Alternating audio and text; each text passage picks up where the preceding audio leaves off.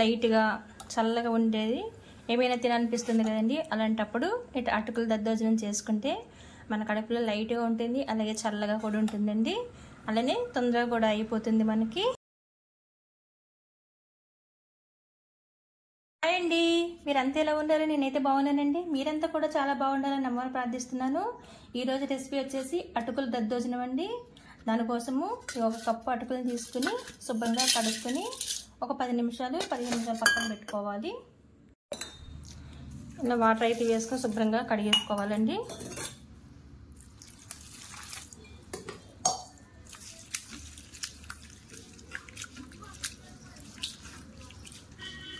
కడిగేసుకుని వాటర్ని అంతా ఉంచేసుకుని పక్కన పెట్టుకోవాలి.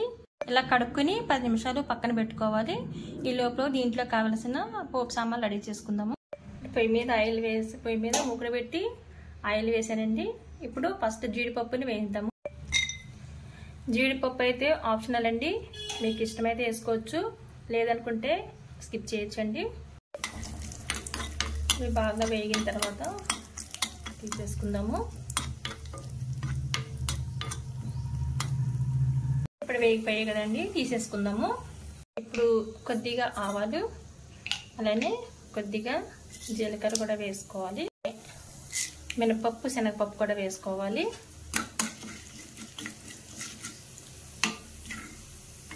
ఇప్పుడు ఇవి కొంచెం వేగిన తర్వాత వేసుకోవాలి. అల్లం ముక్కలు కూడా ఆప్షనల్ అండి, ఇష్టం లేని వాళ్ళు వేసుకోకపోయినా ఏం కాదు, కానీ వేసుకుంటే టేస్ట్ బాగుంటుంది. పచ్చిమిర్చి అలానే కరివేపాకు కూడా వేసుకున్నాము. అలానే ఒక 2 ఎండుమిర్చి కూడా వేసుకుందాము.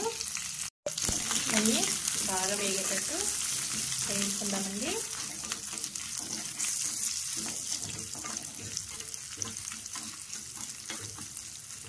శనగపప్పు, మినపప్పు అయితే మీ ఇష్టం అండి. అవి ఎక్కువ వేసుకుంటే టేస్టీగా ఉంటుంది, మీకు నచ్చితే ఇంకా ఎక్కువ కూడా వేసుకోవచ్చు. ఇప్పుడు కొద్దిగా పసుపు కూడా వేసుకుందాము.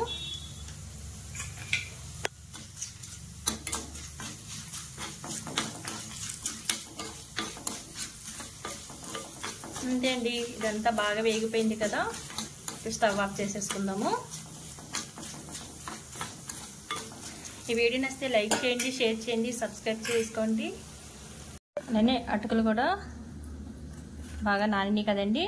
ఇప్పుడు కప్పు అటుకులు తీసుకున్నాం కదండి, ఒక కప్పు పెరుగు వేసుకున్నాము. అదే కప్పుతోటి పెరుగు వేసుకుంటున్నాము. కప్పు వాటర్ కూడా వేసుకుంటున్నాము. బాగా మిక్స్ చేసుకోవాలండి.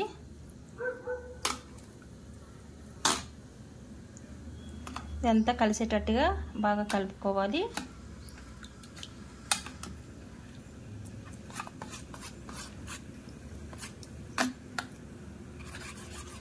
బాగా కలిసింది కదండి. ఇప్పుడు ఇందులో కొద్దిగా మన టేస్ట్ తగ్గ సాల్ట్ కూడా వేసుకుందాము. వేసుకుని బాగా కలుపుకోవాలి.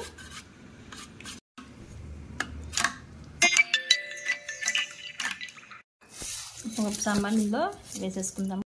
ఇప్పుడు బాగా కలిపేసుకుందామండి.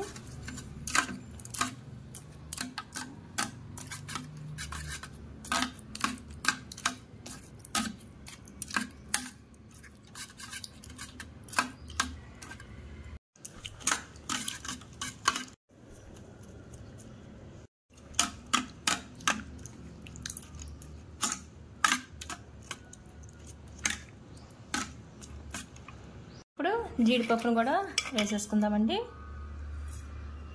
అంతే అండి, ఎంతో టేస్టీగా చల్లగా ఉండే అటుకులు దద్దోజనం అయితే రెడీ అయిపోయిందండి. సమ్మర్ కదండి, మన కడుపు లైట్గా అలాగే చల్లగా ఉండేటట్టు ఏదైనా తినాలనిపిస్తుంది కదా. అలాంటప్పుడు ఇట్లా మనము అటుకులతో దద్దోజనం చేసుకుని తింటే తొందరగా మనకి డైజెషన్ అయిపోతుంది.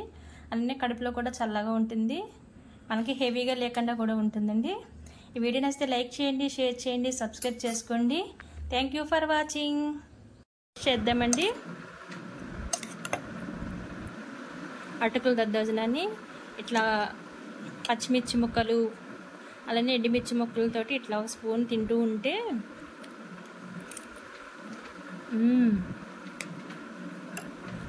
చాలా బాగుందండి, చాలా టేస్టీగా ఉంది. నోట్లో పెట్టుకుంటే మంచిగా జారిపోతుంది.